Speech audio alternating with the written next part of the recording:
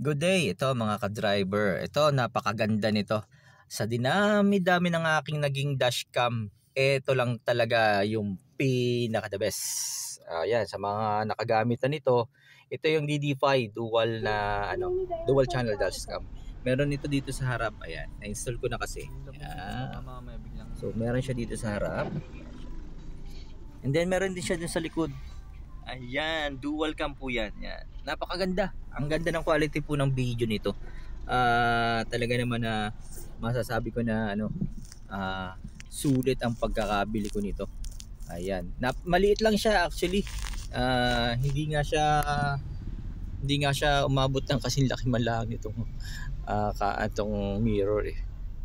Napakaliit niya kaya hindi siya masyado sagabal sa atin. So ito yung DD5 na N1 dual. Ito po, ayan. So meron po akong nilagay diyan sa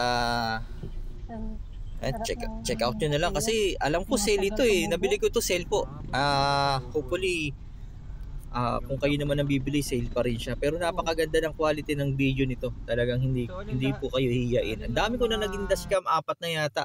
Yung nilalagay po dito sa mirror, hindi siya natagal. So yung recording ng mga yon wala din.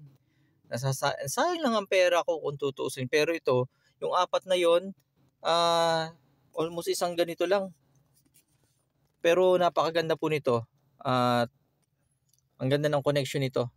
Yan, napakalinaw po. Mag-aano din ako ng video ng dashcam na ito. So, yun lang po. DD5, dual channel dashcam. Dalawa po ang dashcam nito sa harap at sa likod. Ayan. Sige po, check out nyo lang. Yeah!